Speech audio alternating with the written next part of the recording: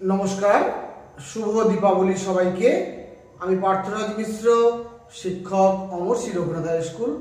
আপনাদের সবাইকে দীপাবলির পর আজ আরো একবার অ্যারাইজ অ্যান্ড অ্যাওয়েকের ক্লাসরুমে স্বাগত জানাই। আমার স্নেহের ছাত্রছাত্রীরা, তোমরা জানো আজকে কিন্তু আমি মূলত দশম শ্রেণীর ছাত্রছাত্রীদের জন্য ক্লাসটা উপহার দেব। আজকের ক্লাসে আমি দশম শ্রেণীর আঞ্চলিক ভূগোল অংশের ভারতের স্বাভাবিক উদ্ভিদ চ্যাপ্টারে অরণ্য সংরক্ষণ, কৃষি বনসৃজন এবং সামাজিক বনসৃজন এই বিষয়গুলো নিয়ে আলোচনা করব।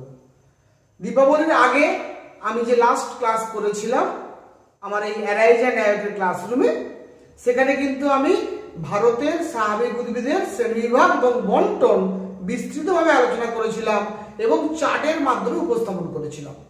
যদি এখনো তোমরা সেই ক্লাসটা না দেখে থাকো, অবশ্যই ক্লাসটা দেখে নিও।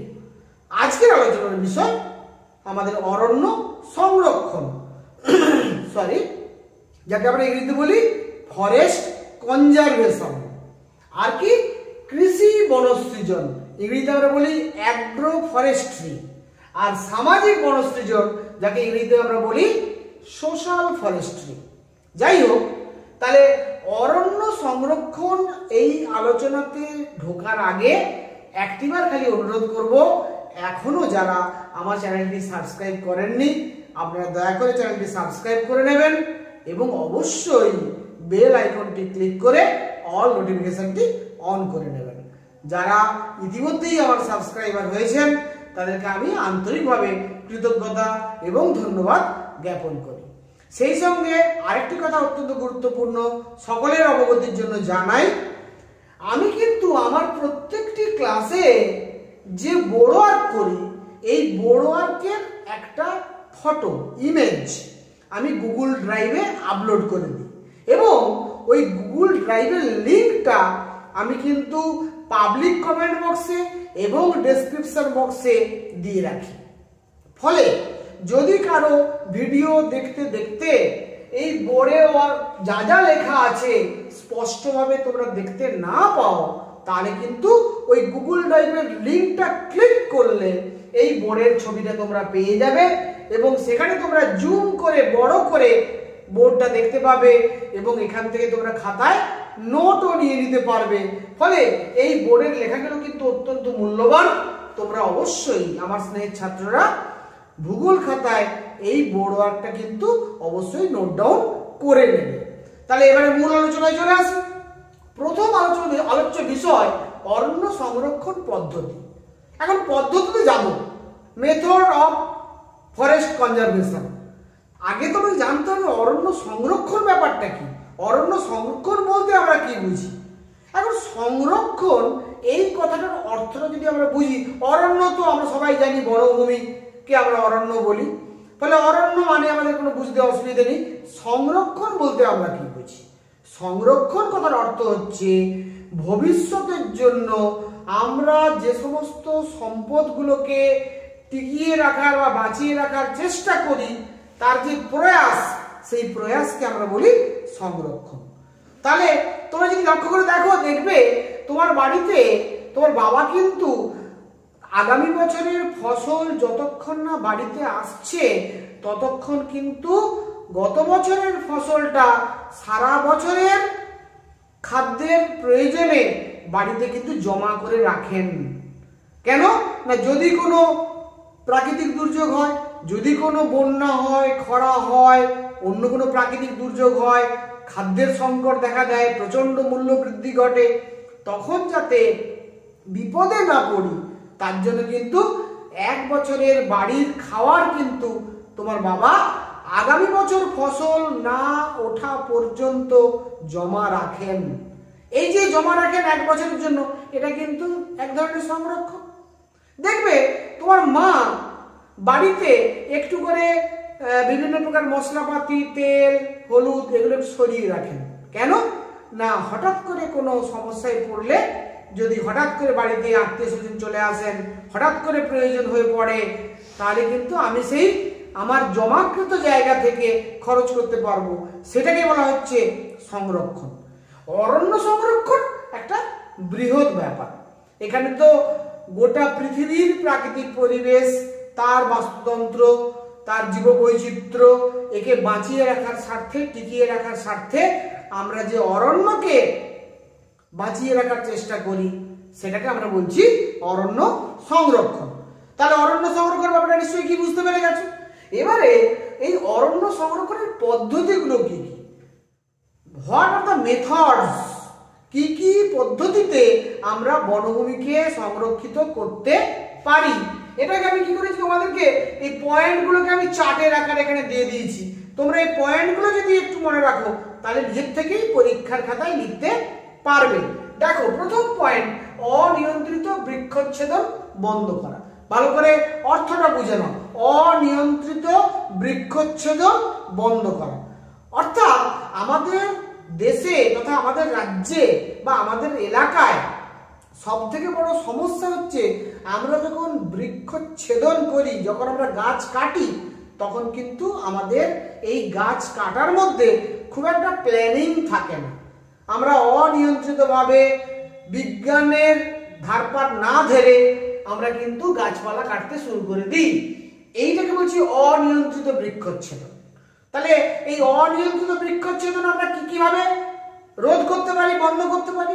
না, আমরা যেটা প্রথম করতে পারি সেটা হচ্ছে বনরক্ষী নিয়ম।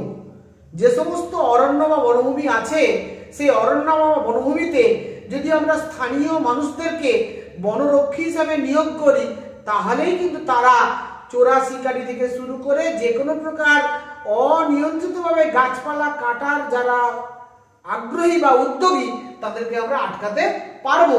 তাহলে বনরক্ষী নিয়োগ করার মাধ্যমে এটা হতে পারে।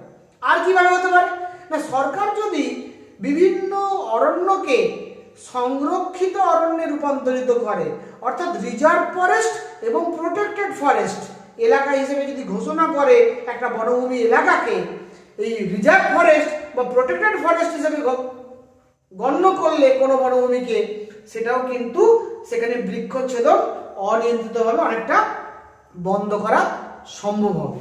এছাড়া যৌথ ব্যবস্থাপনা হতে পারে, সরকারি উদ্যোগ এবং এলাকার স্থানীয় মানুষের সামাজিক উদ্যোগ, এই দুটো উদ্যোগকে কাজে লাগিয়ে একসঙ্গে আমরা যৌথ ব্যবস্থাপনার মাধ্যমেও অনিয়ন্ত্রিত বৃক্ষচ্ছেদন রোধ করতে পারি। তাহলে এই সমস্ত পদ্ধতিগুলো মেনটেন করে আমরা কিন্তু অনিয়ন্ত্রিত বৃক্ষচ্ছেদন রোধের মাধ্যমে, বন্ধ করার মাধ্যমে অরণ্য সংরক্ষণ করতে পারি। অর্থাৎ ভবিষ্যতের জন্য, পরিবেশের উন্নয়নের জন্য, ভবিষ্যতের প্রয়োজনে অক্সিজেন কার্বনের ভারসাম্য রক্ষার জন্য আমরা অরণ্য সংরক্ষণ করতে পারি। এটা ফার্স্ট পয়েন্ট। সেকেন্ড পয়েন্ট কি না, অপরিণত বৃক্ষচ্ছেদন যথাসম্ভব কমানো। এটা হচ্ছে অনিয়ন্ত্রিত, আনকন্ট্রোল অথবা আনসাইন্টিফিক, এটাকে আমরা বলছি অনিয়ন্ত্রিত বৃক্ষচ্ছেদন। আর এটা কি অপরিণত বৃক্ষচ্ছেদন। অর্থাৎ আমরা যখন গাছ কাটি, ছোট গাছ, বড় গাছ, মাঝারি গাছ, অত ভেবে চিন্তে কাটি না। আমরা যদি অপরিণত বৃক্ষচ্ছেদন কমাই, আমরা যদি পরিণত গাছকে কাটি এবং অপরিণত গাছগুলোকে বাঁচিয়ে রাখার চেষ্টা করি, তাহলে কিন্তু সেক্ষেত্রে আমাদের উদ্দেশ্য পূরণ হবে, যে কারণে আমরা গাছ কাটছি। আবার সেই সঙ্গে সঙ্গে পরিবেশেও ভারসাম্য কিছুটা হলেও রক্ষা করা সম্ভব হবে। অপরিণত গাছ কাটলে বেশি পরিমাণে কাটতে হবে, পরিণত গাছ কাটলে কম কাটলে কিন্তু আমার কাজ হয়ে যাবে। সেই কনসেপ্ট থেকে কথাটা বলা হচ্ছে। 3 নম্বর পয়েন্ট কি না, বিকল্প জ্বালানির ব্যবহার বাড়ানো। বিকল্প জ্বালানির ব্যবহার বাড়ানো মানে আমরা ইতিমধ্যেই কিন্তু অনেকটা বিকল্প জ্বালানির উপর নির্ভরশীল হয়ে গেছি। কিরকম না, এখন কিন্তু আমাদের দেশে প্রাকৃতিক গ্যাসকে সাপ্লাই দিয়ে ভারত সরকার তথা বিভিন্ন রাজ্য সরকার কিন্তু এমন একটা সিস্টেম চালু করেছেন, যার ফলে কিন্তু প্রত্যেক বাড়িতে এখন আমরা কাঠের জ্বালানি থেকে বেরিয়ে অনেকটা গ্যাসের জ্বালানি ব্যবহার করছি, প্রাকৃতিক গ্যাসকে ব্যবহার করছি, এলপিজিকে ব্যবহার করছি, লিকুইড পেট্রোলিয়াম গ্যাস ব্যবহারের মাধ্যমে কিন্তু আমরা রান্না বান্না করছি। কিন্তু দেশের একটা বিরাট সংখ্যক দরিদ্র সম্প্রদায়ের মানুষ যারা কিন্তু এই ধরনের প্রাকৃতিক গ্যাসকে কিনতে পারে না, তারা কিন্তু কেনার মতো প্রয়োজনীয় পরিকাঠামো, আর্থিক সঙ্গতি কোনোটাই তাদের নেই। সেই সমস্ত মানুষ, সেই রকম গ্রামীণ অরণ্য নির্ভর দরিদ্র মানুষ, তারা কিন্তু আজও কাঠের জ্বালানি ব্যবহার করে। ফলে আমরা যত কাঠের জ্বালানির পরিবর্তে অন্য বিকল্প জ্বালানি ব্যবহার করব, তত কিন্তু গাছ কম কাটা হবে এবং অটোমেটিক্যালি অরণ্য সংরক্ষণ হয়ে যাবে। নেক্সট পয়েন্ট হচ্ছে দাবানল প্রতিরোধ। এটা একটা বিরাট সমস্যা, গোটা পৃথিবীর বিরাট একটা সমস্যা হচ্ছে দাবানল। আমাদের গাছে গাছে ঘষা লেগে অনেক সময় আগুন লেগে যায় এবং সেই আগুন এমনভাবে লক্ষ লক্ষ হাজার হাজার হেক্টর অরণ্যের বুকে ছড়িয়ে পড়ে যে প্রচুর বনভূমি নষ্ট হয়ে যায়। কখনো সেটা ম্যানমেড, মানুষ ইচ্ছাকৃতভাবে আগুন লাগায়, কখনো মানুষ অনিচ্ছাকৃত অথচ ভুলবশত আগুন লেগে যায়। আবার কখনো কখনো আমরা দেখেছি প্রাকৃতিকভাবে গাছে গাছে ঘষা লেগেও কিন্তু বনভূমিতে আগুন লেগে যায়। অস্ট্রেলিয়াতে, ব্রাজিলে, আমেরিকার ক্যালিফোর্নিয়াতে, মেক্সিকোতে আমরা প্রায়ই প্রত্যেক বছর বড় বড় দাবানলের ঘটনা দেখতে পাই। আমাদের ভারতবর্ষেও যে হয় না তা নয়, তবে তুলনামূলকভাবে অন্যান্য দেশের তুলনায় কম হয়। এই দাবানলটা যদি আমরা প্রতিরোধ করতে পারি, দাবানলকে যদি আমরা আটকাতে পারি, যদি আমরা ভুলবশত বা ইচ্ছাকৃতভাবে বনভূমিকে নষ্ট না করতে চাই, তাহলে কিন্তু দাবানল প্রতিরোধ হবে এবং অরণ্য সংরক্ষণ করা সম্ভব হবে। ফলে কোনোভাবেই দাবানল যাতে না হয় তার জন্য প্রয়োজনীয় উদ্যোগ, প্রচেষ্টা, আন্তরিকতা, সেটা ব্যক্তিগত উদ্যোগ, সামাজিক উদ্যোগ, সরকারি উদ্যোগ, সর্বস্তরের উদ্যোগের মাধ্যমে কিন্তু দাবানল প্রতিরোধ করা প্রয়োজন। এছাড়া পশুচারণ নিয়ন্ত্রণ, আমরা যদি অরণ্যের মধ্যে পশুচারণ তৈরি করি, তাহলে সেই পশুচারণের মাধ্যমে কিন্তু ভূমিক্ষয় বাড়বে, অরণ্যের তলায় যে বিভিন্ন ধরনের ছোট ছোট লতা, গুল্ম, ঝোপঝাড় জন্মায় সেগুলো নষ্ট হবে। ফলে পশুচারণকেও নিয়ন্ত্রণ করতে হবে, তাহলেও কিন্তু অরণ্য সংরক্ষিত হতে পারবে। গাছের যে বিভিন্ন প্রকার রোগ পোকার আক্রমণ হয়, সেই রোগ পোকার আক্রমণ থেকে গাছগুলোকে রক্ষা করার জন্য আমরা কিন্তু বিভিন্ন গাছে যদি বিভিন্ন কীটনাশক বা আগাছানাশক স্প্রে করে গাছগুলোকে ভালোভাবে বাঁচানোর চেষ্টা করি, তাহলেও অরণ্য সংরক্ষণ করা সম্ভব হবে। পুনঃ বনসৃজন মানে কি না, বনসৃজন করা জায়গাতে একবার আমরা পরিণত বৃক্ষ কেটে নিলাম, কেটে নিয়ে কিন্তু ওই জায়গাটা পতিত রাখবো না, আবার সেখানে গাছ লাগিয়ে দেবো। এই যে আবার গাছ লাগিয়ে দেবো, এইটাকে বলছি পুনঃ বনসৃজন। তাহলে আমার কিন্তু পতির জায়গা পড়ে থাকলো না, অনুর্বর জায়গা পড়ে থাকলো না, অব্যবহৃত জায়গা পড়ে থাকলো না, পরিবেশের উন্নতি হলো, সামাজিক উন্নতি হলো, আর্থিক উন্নতি হলো, সব দিক থেকেই কিন্তু আমরা লাভবান হলাম এবং অরণ্য সংরক্ষণও অনেকটা সহজে করা সম্ভব হলো। অরণ্য ব্যবস্থাপনা, নেক্সট পয়েন্ট, পয়েন্ট নাম্বার আমরা বোধহয় 8, এটা হচ্ছে অরণ্য ব্যবস্থাপনা।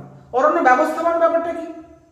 অরণ্য ব্যবস্থাপনা এইটার অর্থ হচ্ছে আমরা বৈজ্ঞানিক এবং প্রযুক্তিগত দৃষ্টিভঙ্গিকে কাজে লাগিয়ে যখন আমরা অরণ্য সংরক্ষণ এবং অরণ্য পরিচালনার জন্য কি করব, বিভিন্ন প্রকার সামাজিক, বিভিন্ন প্রকার প্রশাসনিক এবং আইনি ব্যবস্থা গ্রহণ করব, সেই পুরো কম্প্যাক্ট ব্যবস্থাটাকে বলা হবে অরণ্য ব্যবস্থাপনা বা ফরেস্ট ম্যানেজমেন্ট। অরণ্য ব্যবস্থাপনা বা ফরেস্ট ম্যানেজমেন্ট। তাহলে আমরা বিজ্ঞান এবং প্রযুক্তির ব্যবহার অবশ্যই করব, অর্থাৎ আমরা বিজ্ঞান মনস্ককে পুরোপুরি কাজে লাগাবো। সেখানে কিন্তু আমরা কি করব, অরণ্য সংরক্ষণটা আমাদের উদ্দেশ্য এবং অরণ্য পরিচালনাটা আমাদের উদ্দেশ্য। তাহলে অরণ্য সংরক্ষণ এবং পরিচালনার উদ্দেশ্যে বিজ্ঞান এবং প্রযুক্তিকে ব্যবহার করে প্রশাসনিকভাবে, সামাজিকভাবে এবং আইনি প্রক্রিয়ার মাধ্যমে যখন আমরা একটা সমগ্র পরিকল্পনা রচনার মাধ্যমে অরণ্যকে রক্ষা করার চেষ্টা করব, তাকে আমরা বলছি অরণ্য ব্যবস্থাপনা।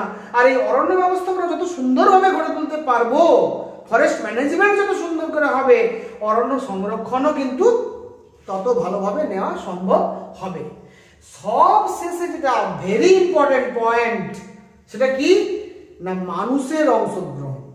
আমরা যতক্ষণ না সমস্ত মানুষকে অরণ্য সংরক্ষণ বিষয়টা বোঝাতে পারছি, অরণ্য সংরক্ষণটা উপলব্ধি স্তরে নিয়ে যেতে পারছি, অরণ্য সংরক্ষণের ব্যাপারটা নিয়ে আমরা যদি সমগ্র স্তরে মানুষের সর্বস্তরে আলোচনাটাকে নিয়ে যেতে না পারছি, ততক্ষণ পর্যন্ত কিন্তু এটা বাস্তবায়িত করা যথেষ্ট কঠিন।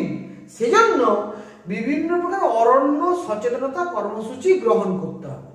অরণ্য সচেতনতা কর্মসূচি অর্থাৎ কিভাবে আমরা পরিবেশকে রক্ষা করব, কিভাবে আমরা পরিবেশকে বাঁচাবো, কিভাবে আমরা বাস্তুতন্ত্রকে বাঁচাবো, কিভাবে আমরা জৈব বৈচিত্র্যকে বাঁচাবো, এবং এইগুলো বাঁচলে যে তবেই আমরা মানুষ হিসেবে পৃথিবীতে বাঁচতে পারবো, এই বোধশক্তিটার জাগরণ যতক্ষণ না মানুষের মধ্যে ঘটছে ততক্ষণ পর্যন্ত কিন্তু আমরা যাই আইন প্রণয়ন করি না কেন, যাই প্রশাসনিক ব্যবস্থা গ্রহণ করি না কেন, সেটা কিন্তু ফলপ্রসূ হবে না, বারবার বিভিন্ন বাধার মুখে পড়তে হবে। এবং সর্বোপরি হচ্ছে মানুষের সততা, মানুষের আন্তরিক সচেতনতা। মানুষ যতক্ষণ না সৎ হবে, মানুষ যতক্ষণ না সচেতন হবে, মানুষ যতক্ষণ না সরাসরি অরণ্য সংরক্ষণে নিজেকে নিয়োজিত করবে, ততক্ষণ পর্যন্ত কিন্তু অরণ্য সংরক্ষণ বাস্তবায়িত করা যথেষ্ট কঠিন।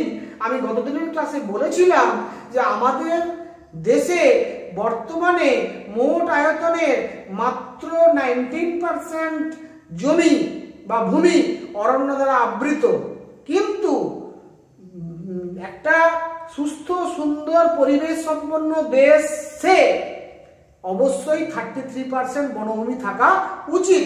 তাহলে ভারতবর্ষে বনভূমি এমনিতেই প্রচন্ড কমে গেছে, এরপরে যদি মানুষকে অংশগ্রহণ না করা যায় ওটা দিনকে দিন আরো কমে যাবে। তাই স্থানীয় মানুষের বিশেষত অংশগ্রহণের মাধ্যমে, সামগ্রিক মানুষের সচেতনতার বৃদ্ধির মাধ্যমে আমরা কিন্তু অরণ্য সংরক্ষণ করতে পারবো। এবং এটা না করলে কিন্তু আগামী দিন আমাদের জন্য বিপজ্জনক একটা পরিবেশ তৈরি হবে এবং আমরাই কিন্তু বিপন্ন হয়ে পড়বো, এটাও মনে রাখা কিন্তু অত্যন্ত দরকার। এবারে নেক্সট আলোচনায় আসি সামাজিক বনসৃজন। সামাজিক বনসৃজন ইংরেজি বলেছিলাম সোশ্যাল ফরেস্ট্রি। এখানে কিন্তু আমি সামাজিক বনসৃজনের সংজ্ঞাটা তোমাদের বোর্ডে লিখে দিয়েছি এবং সামাজিক বনসৃজনের উদ্দেশ্যগুলো তোমাদের লিখে দিয়েছি। পরীক্ষায় এখানে 2 নম্বরের বা 3 নম্বরের যেমন প্রশ্নই পড়ুক না কেন এইটুকু লিখলেই কিন্তু সাফিসিয়েন্ট। ফলে একেবারে নোটের আকারে লিখে দিয়েছি, তোমরা ওইটুকু খালি লিখবে এবং যদি পারো সময় পাও 2-1 লাইন করে ইলাবোরেট করতে পারো, ইলাবোরেট করবে।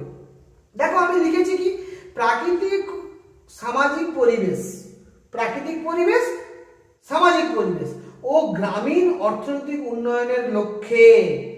তাহলে প্রাকৃতিক পরিবেশের উন্নতি, সামাজিক পরিবেশের উন্নতি এবং গ্রামীণ অর্থনৈতিক উন্নতির লক্ষ্যে। তাহলে লক্ষ্যটা বোঝা গেল।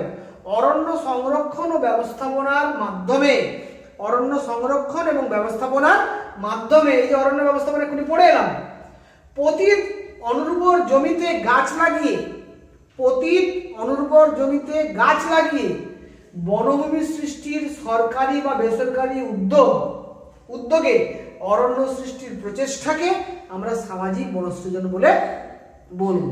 অর্থাৎ সরকারি উদ্যোগে হতে পারে, বেসরকারি উদ্যোগে হতে পারে। আমরা পতিত জমিতে বা অনুর্বর জমিতে বা রাজ্য সড়কের দুধারে, জাতীয় সড়কের দুধারে, রেল লাইনের দুধারে, পতিত জমিতে, অব্যবহৃত জমিতে, অনুর্বর জমিতে আমরা গাছ লাগাবো। সেই গাছটা সরকারের উদ্যোগে লাগানো হতে পারে, বেসরকারি উদ্যোগে লাগানো হতে পারে। উদ্দেশ্য কি না, প্রাকৃতিক পরিবেশের উন্নয়ন, সামাজিক পরিবেশের উন্নয়ন এবং দরিদ্র গ্রামীণ অর্থনৈতিক মানুষের উন্নয়ন, এইটা হচ্ছে লক্ষ্য। পদ্ধতি কি না, অরণ্য সংরক্ষণ এবং ব্যবস্থাপনা পদ্ধতিকে কাজে লাগিয়ে যখন আমরা অরণ্য সৃষ্টি করার চেষ্টা করি, পরিবেশের ভারসাম্য রক্ষার জন্য, পরিবেশকে বাঁচানোর জন্য, অক্সিজেন কার্বনের ভারসাম্য রক্ষার জন্য, জৈব বৈচিত্র্যকে রক্ষা করার জন্য, বাস্তুতন্ত্রকে রক্ষা করার জন্য, সেই প্রক্রিয়াটাকে আমরা বলছি সামাজিক বনসৃজন। উদ্দেশ্যগুলো দেখো, পয়েন্টগুলো দেখলেই বুঝতে পারবে, ব্যাখ্যা করার কোনো প্রয়োজন নেই। বিজ্ঞানসম্মত ভূমি ব্যবহার। এই ভূমি ব্যবহার ব্যাপারটা কি না, ভূমি ব্যবহার হচ্ছে আমরা যদি একটা প্ল্যান্ড ওয়েতে ল্যান্ড ইউজ না করি, আমাদের দেশে কিন্তু প্রতিনিয়ত মাথাপিছু ভূমির পরিমাণ কমছে। কেন না, ভারতবর্ষের মোট ভূমি কিন্তু নির্দিষ্ট, ভারতবর্ষের মোট যে ক্ষেত্রফল 32,87,263 বর্গ কিলোমিটার। এই জমিটা তো বাড়ছে না, এর মধ্যে একটা বড় অংশের জমি পতিত জমি, আর বাকি জমিটা হচ্ছে কার্যকরী সম্পদ হিসেবে আমরা ব্যবহার করি।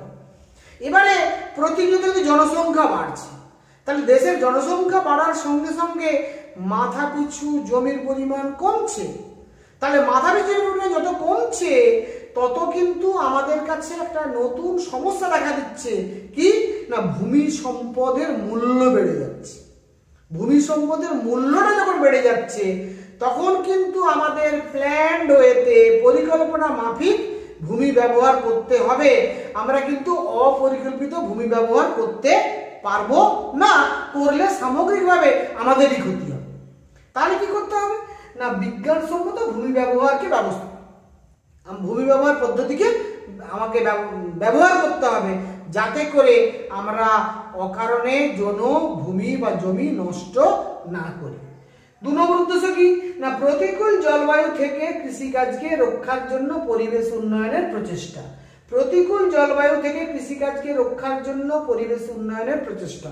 আমি এর আগে যখন আমি তোমাদের পড়াই, মৃত্তিকা সংরক্ষণ পড়াই, মনে করো আমি বলেছিলাম শেল্টার বেল্ট বলে একটা কথা বলেছিলাম। মরুভূমির পার্শ্ববর্তী যে কৃষি জমি, সেখানে মরুভূমি কি করছে, মরুভূমি থেকে বালি উড়ে এসে কৃষি জমিতে পড়ছে। তাহলে কৃষি জমিটা আজকে কৃষি জমি আছে, আগামী দিনে কিন্তু মরুভূমি ওই কৃষি জমিটাকে দখল করে নিচ্ছে। ওই কৃষি জমিগুলোকে বাঁচানোর জন্য আমরা কি করি, কৃষি জমির পাশে আমরা গাছ লাগিয়ে দিই, যাতে করে ওই সারিবদ্ধভাবে গাছগুলো লাগালে বালিগুলো উড়ে এসে ওই কৃষি জমিটাকে মরুভূমিতে রূপান্তরিত করতে না পারে। এইভাবে যখন আমরা গাছের বলয় তৈরি করে মরুভূমির সম্প্রসারণ রোধ করি এবং কৃষি জমিকে রক্ষা করি, ফসলকে রক্ষা করি, তাকে আমরা বলেছিলাম শেল্টার বেল্ট। এই যে শেল্টার বেল্ট পদ্ধতিটা হচ্ছে এইটা প্রতিকূল জলবায়ু থেকে কৃষি জমিকে রক্ষা করার জন্য পরিবেশ উন্নয়নের প্রচেষ্টা। নেক্সট হচ্ছে অরণ্য নির্ভর দরিদ্র মানুষের রান্নার কাঠের সরবরাহ।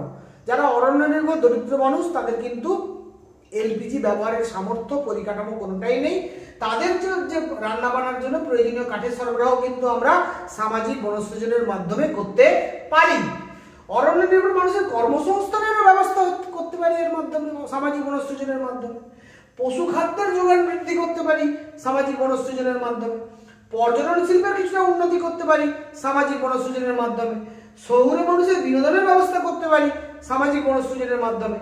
জাতীয় ও রাজ্য সড়কের ধারে ছায়া প্রদানকারী ও ভূমিক্ষয় নিবারণকারী বৃক্ষ রোপণ করে মাটি ক্ষয় রোধ করতে পারি এবং ছায়া তৈরি করে পরিবেশের উন্নয়ন ঘটাতে পারি। কাগজ শিল্পের জন্য আমরা কাঁচামালের যোগান বৃদ্ধি করতে পারি। সর্বোপরি সবথেকে ইম্পর্টেন্ট, জল, মাটি, বাতাস তথা প্রাকৃতিক পরিবেশের সামগ্রিক সংরক্ষণ করতে পারি সামাজিক বনসৃজনের মাধ্যমে। তাহলে এই 10টা পয়েন্ট তোমরা যদি লেখো এবং তাকে যদি 2-1 লাইন করে ইলাবোরেট করে ব্যাখ্যা করো, তাহলে কিন্তু আর কিছু তোমাদের মনে রাখতে হবে না। এরপরে আসছে কৃষি বনসৃজন, ইংরেজিতে বলি অ্যাগ্রো ফরেস্ট্রি। অ্যাগ্রো ফরেস্ট্রি ব্যাপারটা কি না ভূমি ব্যবহার ব্যবস্থাপনার মাধ্যমে, আমি ভূমি ব্যবহার ব্যাপারটা একটু আগে বললাম, ভূমি ব্যবহার ব্যবস্থাপনার মাধ্যমে কৃষি জমির চারপাশে, ভেরি ইম্পর্টেন্ট, কৃষি জমির চারপাশে ফসলের মধ্যে চারণ ভূমিতে লতা গুল্ম বা বৃক্ষকে সৃজন করার যে পদ্ধতি তাকে আমরা বলছি কৃষি বনসৃজন। অর্থাৎ কৃষিকাজও করব আবার বৃক্ষরোপণও করব, একসঙ্গে দুটো কর্মসূচি চলবে, কৃষিকাজও হবে আবার বৃক্ষরোপণও হবে।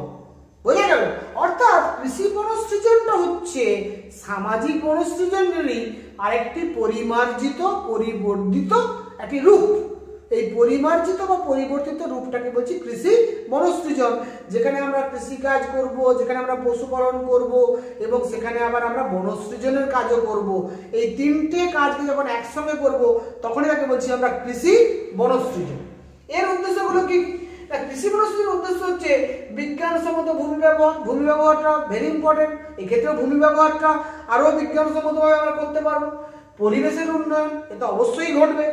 কৃষকের আয় বৃদ্ধি হবে, যখনই আমরা ফসল উৎপাদনের পাশাপাশি বৃক্ষরোপণ করব কৃষকের আয় বাড়বে, দারিদ্র্য হ্রাস কিছুটা হলেও পাবে, অসাম্য দূরীভূত হবে, জমির উর্বরতা কিছুটা হলেও বৃদ্ধি পাবে, গাছের পাতা পড়ে সেই পাতাগুলো হিউমাস বা সারে রূপান্তরিত হবে, বিশ্ব উষ্ণায়ন প্রতিরোধ করতে পারবো। সর্বোপরি আমাদের যে মূল উদ্দেশ্য অরণ্য সংরক্ষণ, সেই অরণ্য সংরক্ষণটাও কিন্তু ভালোভাবে করতে পারবো কৃষি বনসৃজনের মাধ্যমে। এই যে পার্বত্য অঞ্চলে চা চাষ হয়, কফি চাষ হয়, সেখানে কিন্তু ছায়া প্রদানকারী বৃক্ষ লাগে, অর্থাৎ নিচে চা চাষ হচ্ছে, তার মাঝে মাঝে কিন্তু বড় বড় গাছ লাগানো হয়, যাতে করে গাছের ছায়াতে চা গাছে সরাসরি সূর্যালোক না লাগে, অর্থাৎ চা গাছ কিন্তু বেশি সূর্যালোক সহ্য করতে পারে না। তাহলে সেখানে কিন্তু আমরা অ্যাকচুয়ালি কি করছি, একদিকে বাগিচা ফসল ফলাচ্ছি, চা উৎপাদন করছি, কফি উৎপাদন করছি, আবার বৃক্ষরোপণও করছি। এইটাকে বলছি আমরা কৃষি বনসৃজন। আমাদের এই এলাকায় আমরা যদি ধান জমির চারপাশে কলা গাছ লাগাই, আমরা যদি কালমেঘের গাছ লাগাই, আমরা যদি বিভিন্ন শাক লাগাই, যে শাকগুলো কিন্তু আমরা আমাদের খাদ্য হিসেবে ব্যবহার করি, সেই শাকগুলোকে যদি আমরা আলে লাগাই, কলা গাছ যদি লাগাই, বিভিন্ন লতা গুল্ম যদি লাগাই, ভেষজ উদ্ভিদ যদি লাগাই, সেই ভেষজ উদ্ভিদগুলো কিন্তু আমাদের খাদ্য হিসাবে, ওষুধ হিসাবে কাজে লাগবে, সেই সঙ্গে কিন্তু ফসল উৎপাদন করাও সম্ভব হবে। এই যে প্রক্রিয়াটা, এটাকে আমরা বলছি কৃষি বনসৃজন।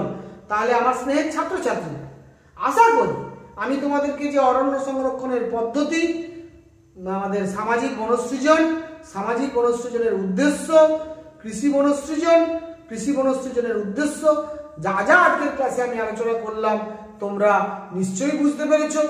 তোমাদের যদি ক্লাসটা ভালো লেগে থাকে অবশ্যই লাইক, শেয়ার এবং সাবস্ক্রাইব করার অনুরোধ রইল। সেই সঙ্গে আরেকটা অনুরোধ থাকবে, যদি তোমাদের ক্লাসটা ভালো লাগে তোমরা কিন্তু অবশ্যই এই ভিডিওটা শেয়ার করে সবাইকে দেখার সুযোগ করে দেবে। এই আশা নিয়ে সবাইকে যথাযোগ্য স্থানে সম্মান, শ্রদ্ধা, শুভেচ্ছা, অভিনন্দন, ভালোবাসা জানিয়ে আজকের ক্লাস এখানেই শেষ করছি। Thank you very much.